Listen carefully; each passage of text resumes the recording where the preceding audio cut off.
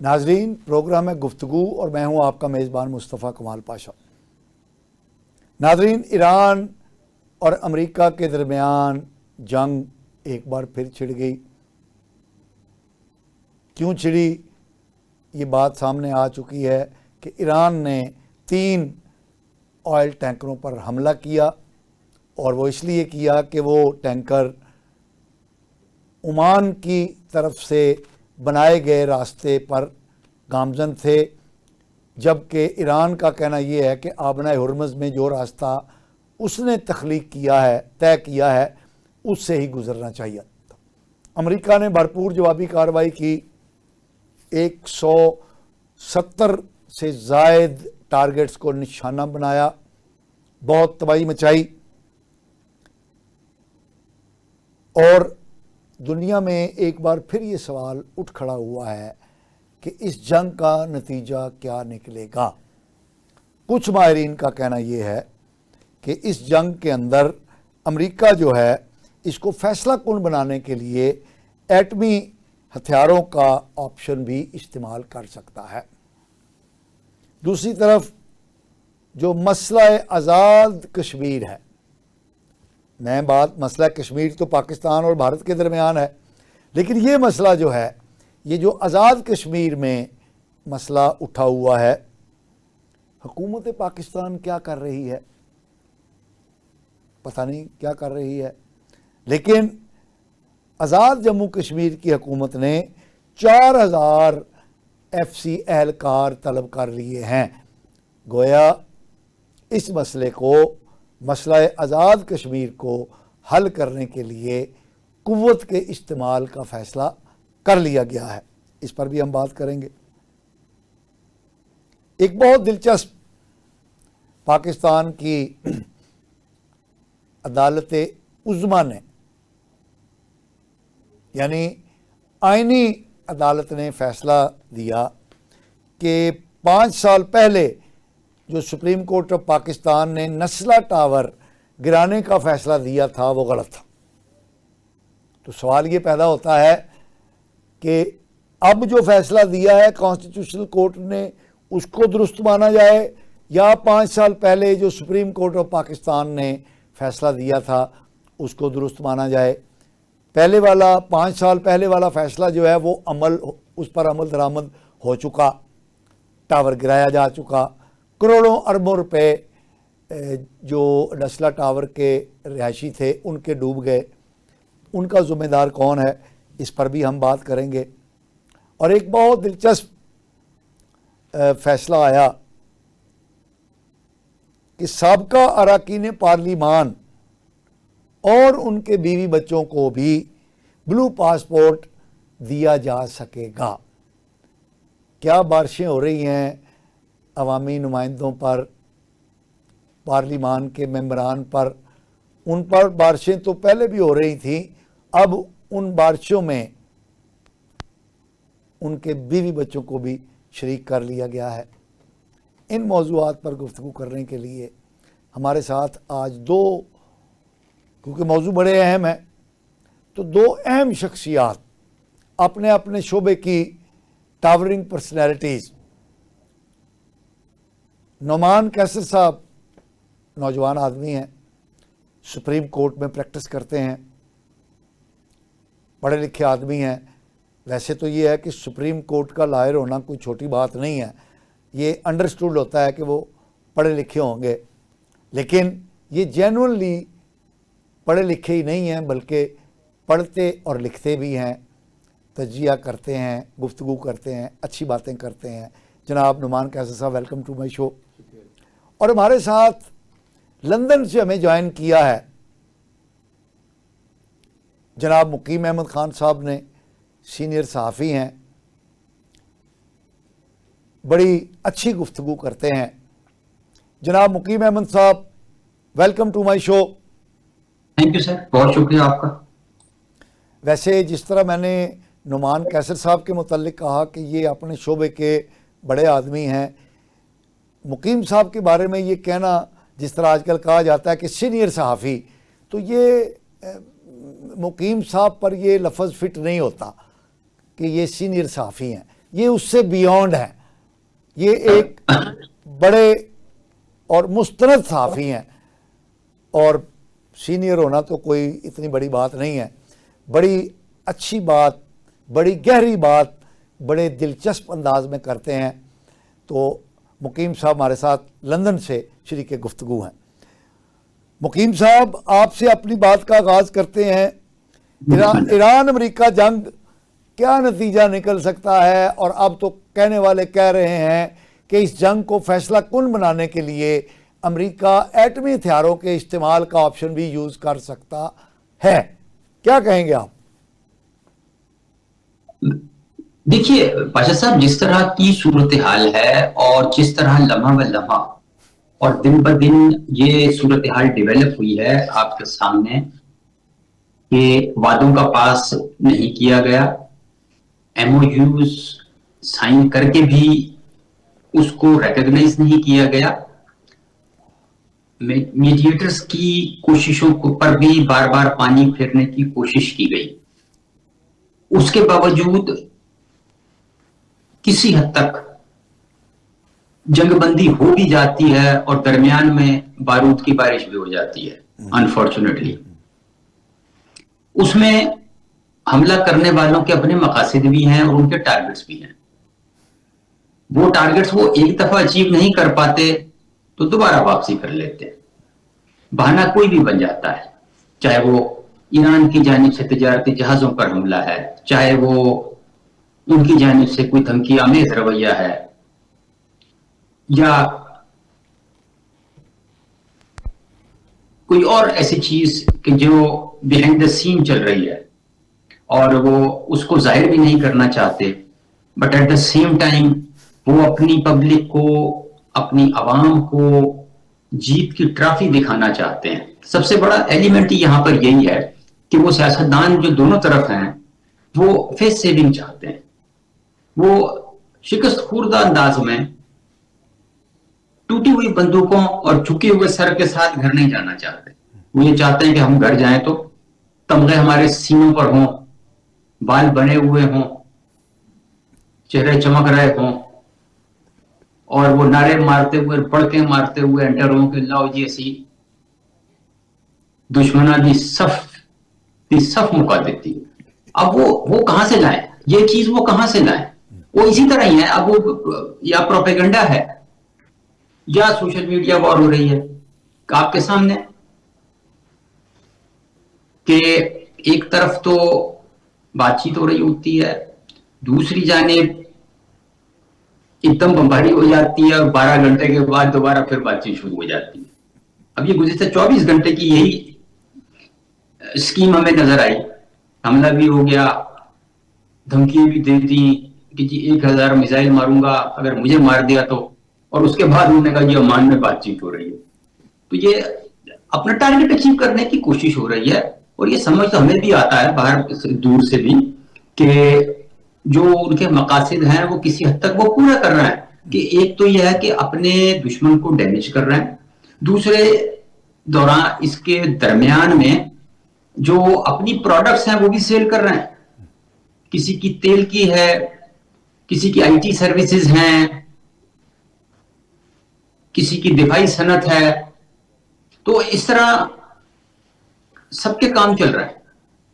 کبھی تیل کی خرید پر پابندی لگ جاتی ہے، کبھی تیل بیچنے میں پابندی لگ جاتی ہے.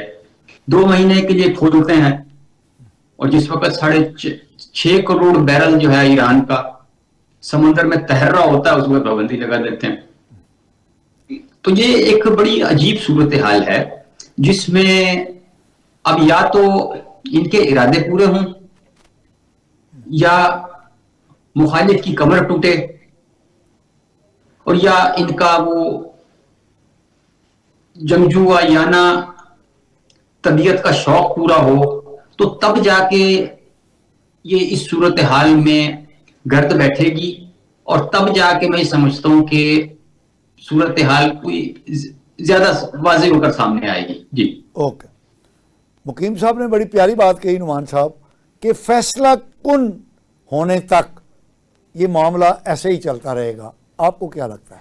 جی جو بنیادی بات ہمیں ذہن میں رکھنی چاہیے، جب امریکہ نے یہ جنگ شروع کی 28 فروری کو اسرائیل کے کہنے پہ، اور اسرائیل اس سے پہلے بے بہا کوششیں کر چکا ہے کہ کوئی بھی جو بھی پہلے صدور آیا کرتے تھے امریکہ کے کہ اس طرح کا کوئی حملہ ایران پہ کیا جا سکے، جیسا کہ ٹرمپ کے دور میں ٹرمپ کے، لیکن وہ ظاہر پہلے خاطر خواہ کامیابی نہیں ہو سکی۔ تو اب ٹرمپ صاحب نے جو بھی نتنیاہو صاحب نے ان کو بیچا اور اس چیز کو بائے کرتے ہوئے انہوں نے حملے شروع کر دیے۔ اس وقت ان کے ذہن میں تھا کہ ایران تو ایک ترن والا ثابت ہوگا، جتنی بھی ان کے پاس بامز ہیں یا کروز میزائل ہیں یا ڈرونز ہیں، وہ اس حد تک امید نہیں کر رہے تھے کہ اتنی مزاحمت کا مظاہرہ ایران کرے گا۔ لیکن ساری دنیا نے دیکھا کہ ایران نے نہ صرف مزاحمت کی بلکہ دشمن کو کافی پیچھے کرنے میں بھی کامیاب ہوا۔ یہ سارے حالات و واقعات میں پھر ہم نے دیکھا ایک ٹیمپرری سیز فائر ہوتی ہے، اور اس دوران ٹرمپ صاحب ذرا کوششیں کرتے رہے وہ کسی طریقے سے سیز فائر ہو جائے۔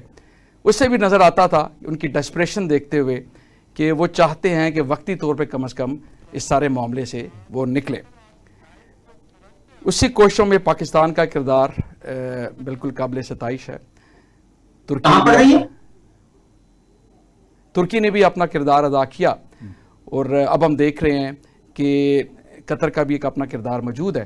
تو ایم او یو سائن ہوتا ہے، ادھر سے وہ جو ابھی بات کی گئی کہ ایم او یو کا جو اگر آپ اس کا ٹیکسٹ دیکھیں تو اس سے پڑھ کے لگتا ہے کہ یہ تو زیادہ تر چیزیں تو ایران کے حق میں ہیں۔ 14 پوائنٹ میں سے 13 پوائنٹ کلیئرلی ایران کے حق میں، ایران کے حق میں۔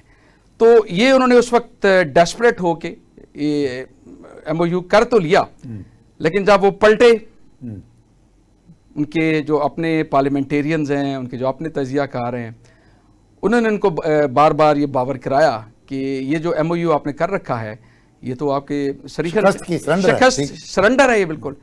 تو اس چیز کو ذہن میں رکھتے ہوئے اور ساتھ نیگوسیشنز کسی حد تک چل رہی ہیں، ان کے ذہن میں تھا کہ ایم او یو میں ہم بالکل شکست کھا چکے ہیں اور ابھی بھی ایران ٹس سے مس نہیں ہو رہا۔ تو ان کو یہ لگا کہ اپنی جو مذاکراتی حیثیت یا جسے ہم بارگیننگ پوزیشن کہتے ہیں، بارگیننگ پوزیشن بہتر کرنے کے لیے انہوں نے یہ سارا بہانہ بنایا۔ لیکن اس میں کوئی شک نہیں ہے کہ ایران بھی اس سارے معاملے کو دوبارہ اگنائٹ کرنے میں ایران کا بھی اپنا کردار ہے، یعنی وہ وائزلی ایکٹ نہیں کر سکا ایران۔ لیکن ایران کے جو دیکھیں ایم او یو کے اندر لکھا گیا تھا کہ اس دوران جو اسٹیٹ آف ہرموز ہے اس کو کھولا جائے گا تاکہ جو جتنی بھی تجارتی معاملات ہیں، تیل ہے، وہ جاری رہیں۔ لیکن ایران نے یہ کہا ٹھیک ہے ہم یہ کرنے کے لیے تیار ہیں، لیکن ہماری شرط یہ ہے کہ جو ہم نے راستہ متعین کیا ہے اس راستے سے سارے جائیں گے۔ اس سے پہلے بھی غالباً کوئی 2 ہفتے کی پہلے کی بات ہے کہ ایک شپ قطر والے راستے سے گیا تو اس وقت بھی ایران نے حملہ کیا تھا۔ ابھی دوبارہ حملہ کیا تو اس کے بعد کیونکہ جو پریزیڈنٹ ٹرمپ ہیں وہ تو پہلے ہی بیٹھے ہوئے شکست خوردہ انسان کی طرح ان کو موقع مل گیا، وہ موقع کی تلاش میں تھے۔ سو اب یہ ذہن میں رکھیں کہ جو ابھی یہ سارا معاملہ ہوا ہے یہ صرف اسٹیٹ آف ہرموز تک اس کی حدود کی ہوتا ہے، ٹھیک ہے۔ ابھی جتنے حملے بھی کیے گئے ہیں وہ اسٹیٹ آف ہرموز کے ارد گرد جو ان کی نیول کیپیبلٹی ہیں یا جس حد تک بھی دوسری کیپیبلٹیز بھی ہیں، ٹھیک ہے، وہ اس پہ حملہ کیا گیا، ٹھیک ہے۔ سو یہ سارے تناظر کی فل فلیج لڑائی اس طرح دوبارہ آغاز نہیں کیا گیا۔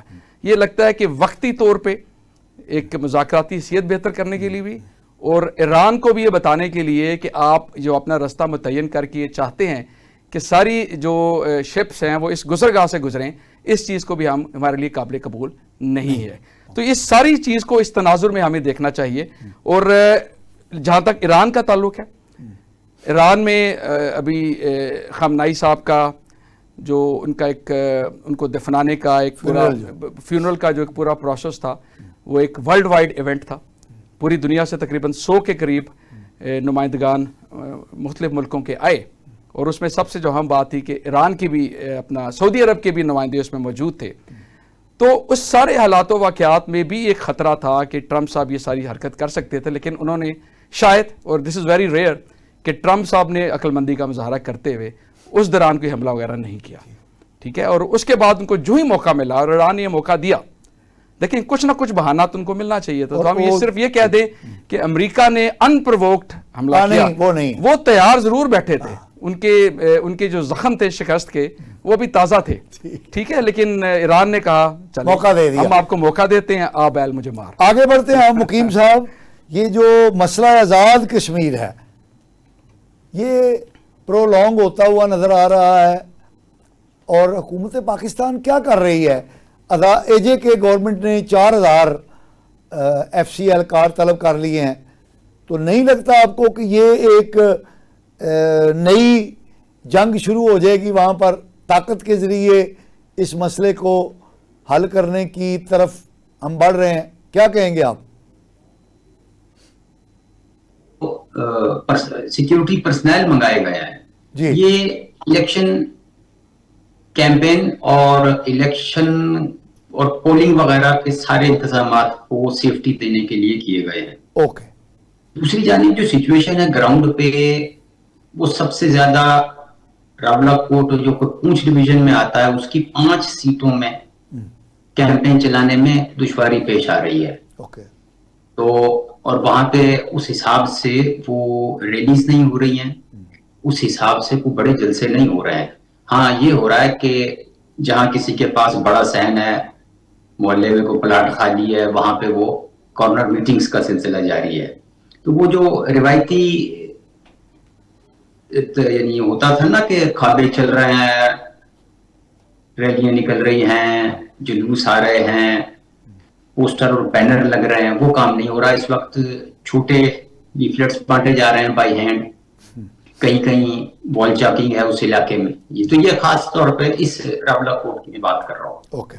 باقی جو ہے کسی حد تک کیمپین چل رہی ہے, لیکن ایک اور بھی پہلو ہے کہ پی ایم ایل این کی جو قیادت اور یہ جو ورکرز موو کر رہے ہیں دوسرے علاقوں سے اور وہ کشمیری مہاجرین کی سیٹ پر کیمپین کرنے کی کوشش کر رہے ہیں, ان کا پڑاؤ پنڈی کے 3 حلقوں میں ہے اور جیلم میں, تو وہ بھی ادھر کا رخ نہیں کر رہے ہیں اس حساب سے. تو مطلب صورتحال بجا طور پر نارمل نہیں ہے جیسے الیکشن میں ہوتی تھی. اب دیکھنا یہ ہے کہ کیا حکومت بات منوانے میں کامیاب ہو جائے گی انتخابات سے پہلے یا نہیں, اور یا وہ حکومتی نقطہ نظر کو پیش نظر رکھتے ہیں اور سرنڈر کر دیتے ہیں, بہتر راستہ نکل سکتا ہے. لیکن اگر نہیں ہو, لیکن جو حکومتی رویہ یا ان کی سوچ نظر آ رہی ہے وہ اپنی رت جو ہے اس کو قائم کرنا چاہتے ہیں, اور ان کی پوری کوشش یہ ہے کہ ہر حال میں الیکشن ہو. ابھی تک تو یہی پوزیشن ہے, اور یہ جو سیٹوں کا مسئلہ ہے یہ بھی اسمبلی پہ یا ان کے سامنے پیش کیا جائے. آپ کی وزڈم کیا کہتی ہے مقیم صاحب کہ یہ مسئلہ حل ہو جائے گا؟ Short answer. اللہ تعالیٰ نے جو بھی بیماری بنائی ہے اس کا علاج بھی بنایا. جو مسئلہ دنیاوی ہوتا ہے اس کا بھی کوئی نہ کوئی حل ہوتا ہے. اب یہ ہے کہ یہ بھی اناؤں کی جنگ ہے اور دونوں جانب ہمدردی رکھنے والے افراد ہیں دونوں پہلوؤں سے, اور اس کو مس ہینڈل کر دیا گیا بنیادی طور پر. یہ میری رائے میں یہ اس کو بہت پہلے حل ہو جانا چاہیے تھا کہ الیکشن شیڈیول اناؤنس کرنے سے پہلے ہی اس اونٹ کو کسی کروٹ بٹھا دینا چاہیے تھا. 12 کی جگہ 6 سیٹیں کرنی تھیں وہ کر دیتے, اور اگر 12 سیٹیں ختم کر رہی تھیں تو اسمبلی کے سامنے بل پیش کرتے 24 گھنٹے میں دودھ کا دودھ اور پانی کا پانی ہو جاتا. لیکن یہ ہے کہ یہ جو صورتحال ہے یہ اناؤں کی بھیڑ چڑھی ہے, اور یہ تبھی بہتر کوئی رخ لے گی کہ جب مزاج میں اور ٹیمپریچر میں نرمی آئے گی. اوکے ناظرین, ہماری گفتگو جاری رہے گی, ہم ایک شارٹ بریک پر جا رہے ہیں, ہمارے ساتھ رہیے.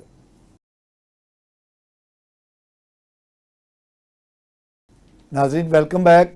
جی نعمان صاحب, مسئلہ آزاد کشمیر کیا نتیجہ آپ دیکھ رہے ہیں؟ دیکھیں آپ نے بڑے اچھے طریقے سے اس مسئلے کو واقعی اس طرح کا مسئلہ بنا دیا ہے جس طرح کا مقبوضہ کشمیر کا مسئلہ صحیح. سو مسئلہ اس نوعیت کا تو چلے نہیں ہے، لیکن خدا ناخواستہ اس مسئلے کو اچھے انداز سے اگر اس کو ٹیکل نہ کیا گیا تو خدا ناخواستہ کہ یہ معاملہ اسی طرف نہ جا نکلے. تو اس لیے ہم نے یہ ذہن میں رکھنا ہے کہ یہ جو سارا معاملہ ہے یہ کوئی انتخابی یا کوئی سیاسی معاملہ نہیں ہے کہ ابھی الیکشنز ہونے جا رہے ہیں اور وہ 12 سیٹوں کا جو ایک معاملہ ہے اس پہ ہی بات اڑی ہوئی ہے. جی وہ الیکشن سے پہلے وہ معاملہ آیا، لیکن ہمیں یہ بھی تو دیکھنا ہے کہ اس کے علاوہ بھی ایک آئینی تاریخ بھی ہے اس سارے مسئلے کی، قانونی تاریخ بھی ہے کہ کس طریقے سے آزاد کشمیر جب یہ سارا پاکستان 1947 میں پاکستان اور انڈیا بنا تو پرنسلی اسٹیٹ والا جو کشمیر کی پرنسلی اسٹیٹ تھی، جو بھی ایک واقعہ تھا کس طریقے سے، اور اس کے بعد بھی جو جنگ ہوئی، مقبوضہ کشمیر بھارت کے پاس جاتا ہے اور آزاد کشمیر ہمارے پاس رہتا ہے. آئینی میں اس لیے بات کرتا ہوں کہ ہم نے ان کو ایک لمیٹڈ اٹانومی دی ہوئی ہے. ٹھیک ہے، ہم نے کہہ تو دیا کہ وہ ایک سو کالڈ الگ ملک کا سٹیٹس آزاد جموں کشمیر کہہ کے ان کا ایک الگ انٹرم کانسٹیٹیوشن بھی بنا دیا. اور سب سے بڑی دکھ کی بات یہ ہے کہ ہم اگر ادھر جا کے وکالت کریں تو ہماری جو لائسنس ہے ادھر کا اس کو بھی نہیں مانا جاتا، نہیں مانتے. ٹھیک، وہ obviously یہ اس طرح کی چیزیں موجود ہیں. تو وہ جو ان کی ڈیپریویشن ہے میں اوورال دیکھتا ہوں کہ فزیکل اٹانومی بھی کم ہے. ادھر سے ایک منسٹری بیٹھی ہوئی جو کشمیر کی منسٹری ہے وہ بیٹھ کے ادھر کے سارے معاملات طے کر رہی ہوتی ہے. ٹھیک ہے، فنڈ ایلوکیشن، اس کے علاوہ اپوائنٹمنٹس، ساری آپ کی بیوروکریسی کی اپوائنٹمنٹ بھی پاکستان سے ہوتی ہے. ٹھیک ہے، تو یہ جو ایڈمنسٹریٹو کنٹرول، فسکل قانون، اس کا کنٹرول، ہر چیز کا کنٹرول آپ کے ادھر موجود ہے. تو مثلا میں نے پہلے ذکر کیا ہے کہ اس کو صرف سیاسی یا انتخابی مسئلہ نہیں سمجھنا چاہیے. یہ اس کے علاوہ جو ہائیڈرو پاور الیکٹریسٹی جنریٹ کی جاتی ہے آزاد کشمیر میں، ٹھیک ہے، اس کے مطابق ان کو جو اس کی کمپنسیشن ملنی چاہیے وہ کمپنسیشن نہیں ملتی. ریسنٹلی آپ نے دیکھا کس طرح گندم کی جو سبسڈیز کم کی گئیں، اس کا بھی معاملہ، آپ کی افراط زر بڑھنے کا معاملہ. ٹھیک ہے، یہ سارے معاملات اکٹھے ہو کے جیسے کہتے ہیں نا کہ the issue was برمنگ from before, یہ ایشو پہلے کا چلتا آ رہا ہے. ابھی صرف آپ نے یہ 12 نکات کو سامنے رکھ کے جس طرح سے یہ چیزیں اٹھیں، ٹھیک ہے، تو یہ معاملہ بھڑکا ہے صرف اس سے. تو اس چیز کو حل کرنے کا طریقہ کار میں ہمیشہ سمجھتا ہوں کہ جو ڈائلاگ ہوتا ہے نا، ڈائلاگ پہلی کوشش ہونی چاہیے ہمیشہ کسی بھی مسئلے کو حل کرنے کے لیے. لیکن ہم نے دیکھا اس کے برعکس ریاست پاکستان نے کس طریقے سے اس معاملے کو ہینڈل کرنے کی کوشش کی، طاقت کے استعمال سے.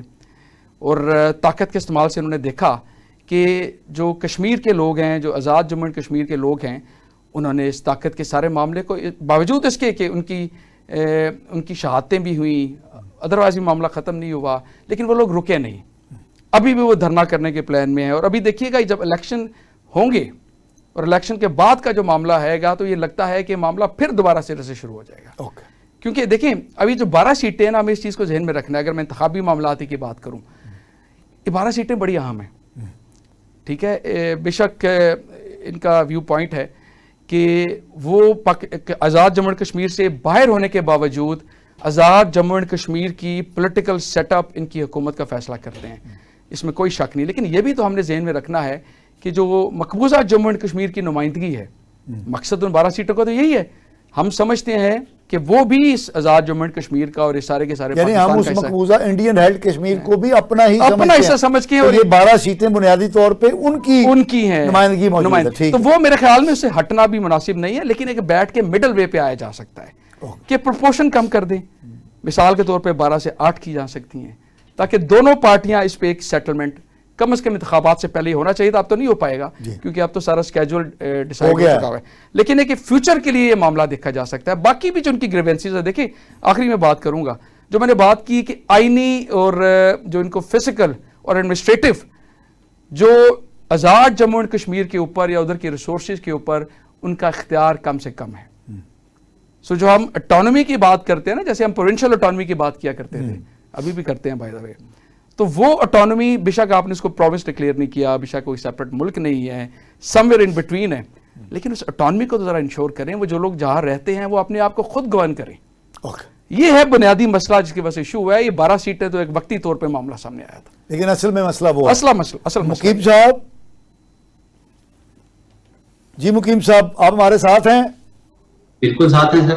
اچھا, نسلا ٹاور گرائے جانے کے 5 سال کے بعد پاکستان کی کانسٹیٹیوشنل کورٹ نے کہا کہ سپریم کورٹ کا فیصلہ غلط تھا, لیکن وہ نسلا ٹاور تو 5 سال پہلے کے سپریم کورٹ کے فیصلے کے نتیجے میں گرایا جا چکا. اربوں روپے وہاں کے جو رہائشی تھے ان کے ڈوب گئے.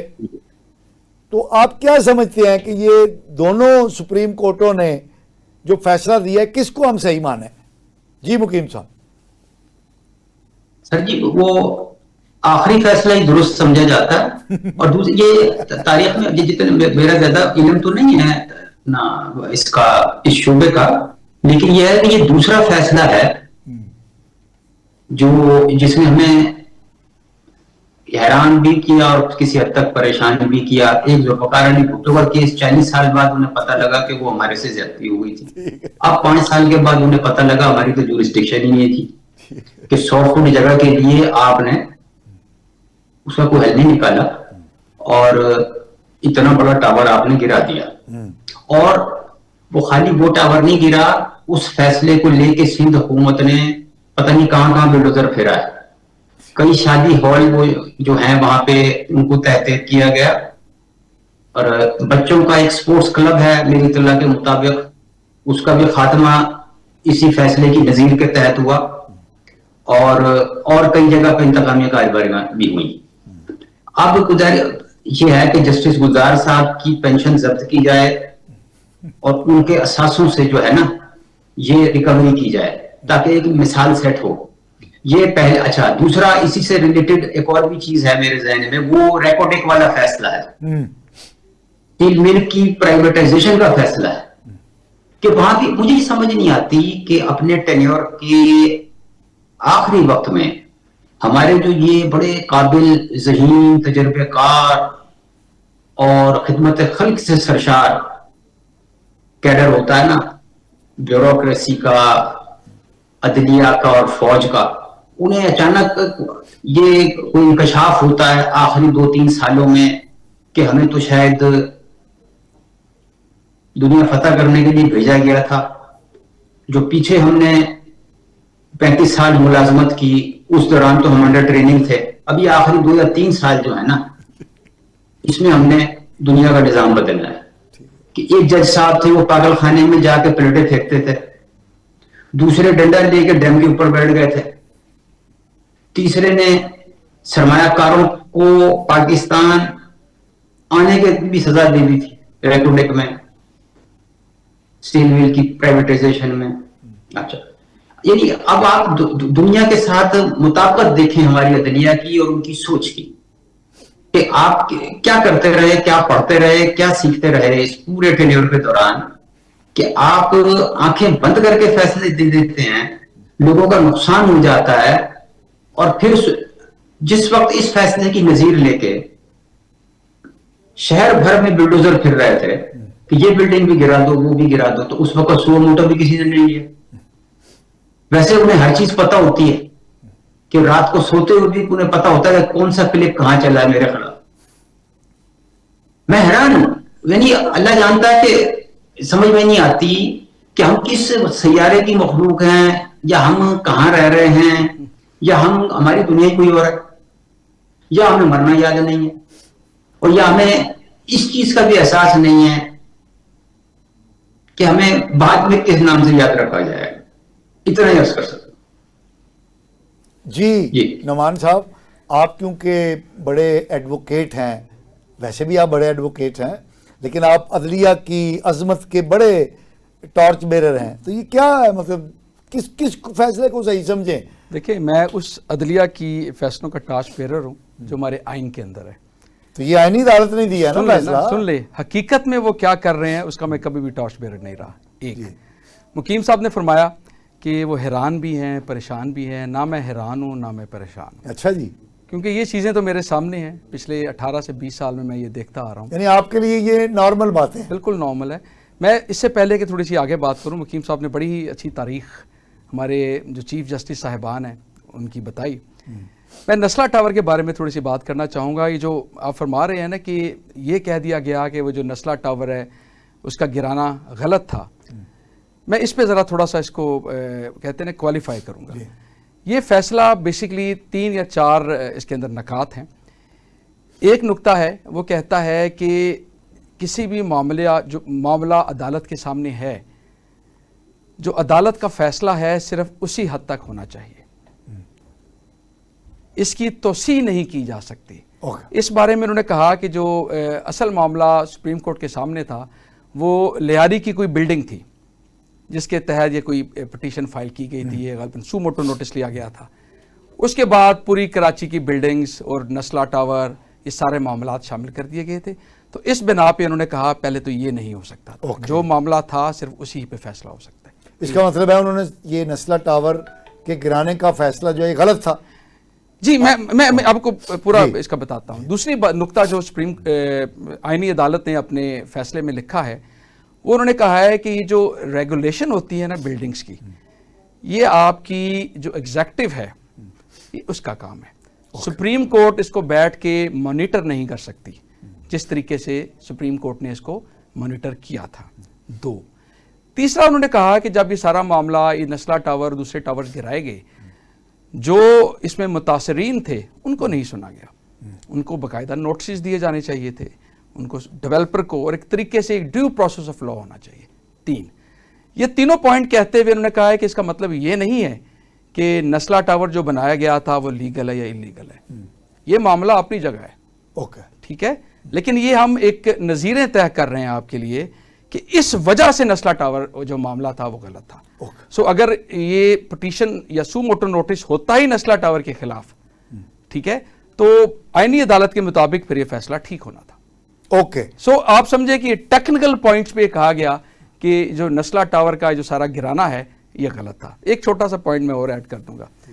یہ جو سارے معاملات مقیم صاحب نے بتائے کہ ہمارے چیف جسٹس صاحبان کو آخری 2 سے 3 سال میں اچانک الہام ہوتا ہے کہ وہ تو شاید خدمت خلق کے لیے آئے تھے, پہلے تو بھٹک گئے تھے وہ, تو اب آ کے کچھ کریں.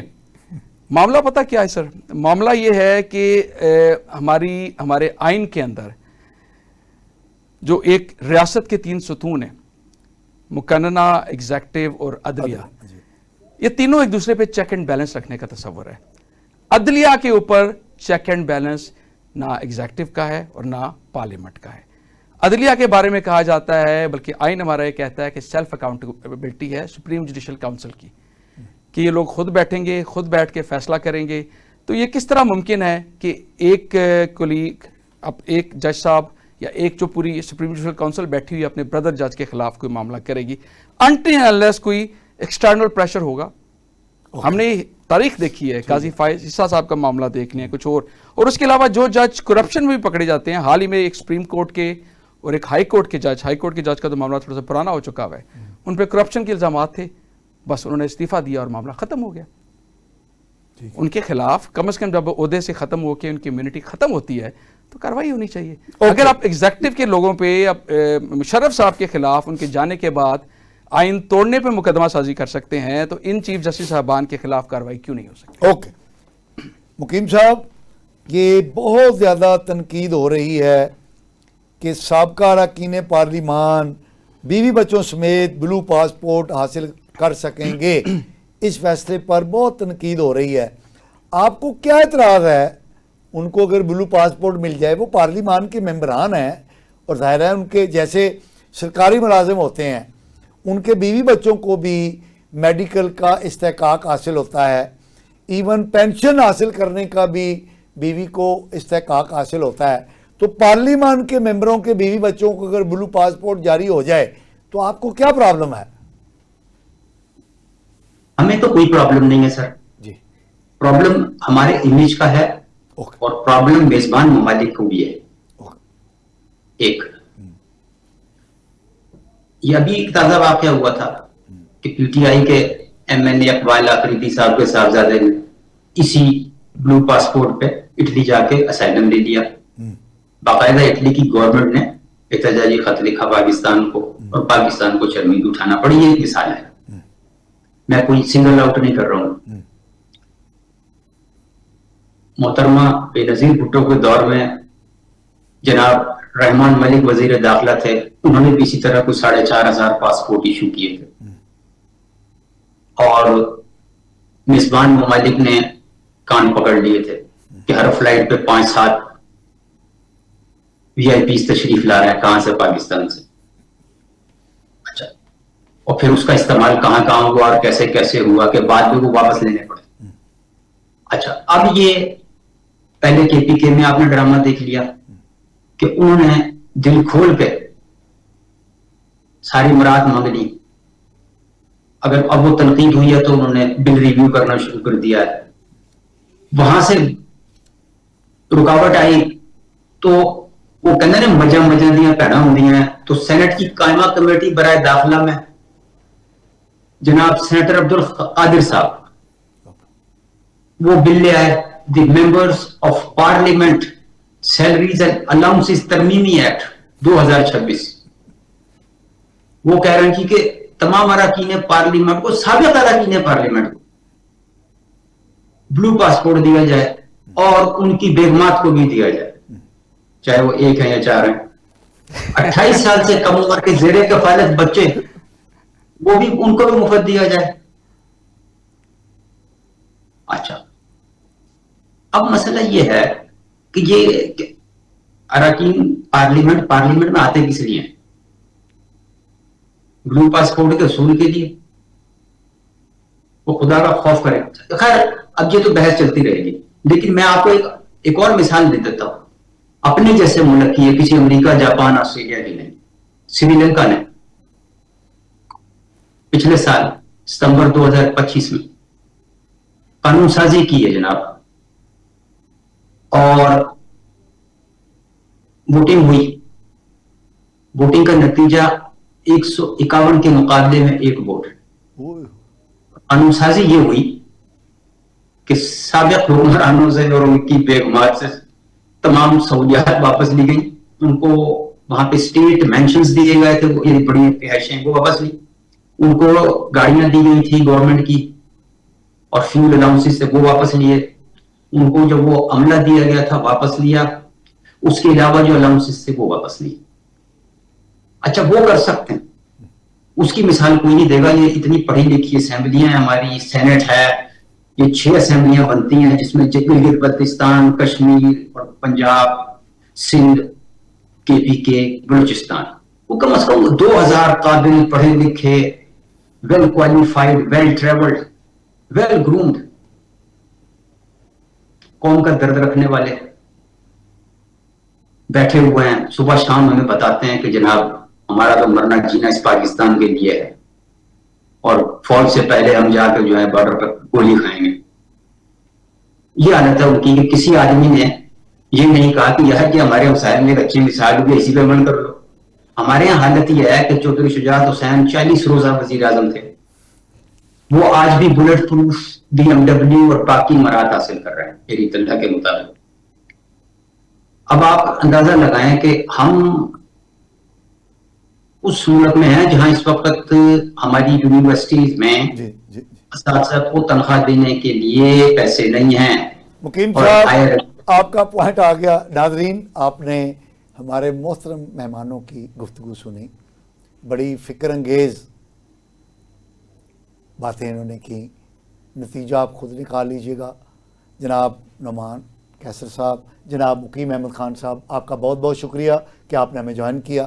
ناظرین, اپنے میزبان مصطفیٰ کمال پاشا کو اگلے پروگرام تک کے لیے اجازت دیجیے. اللہ نگہبان.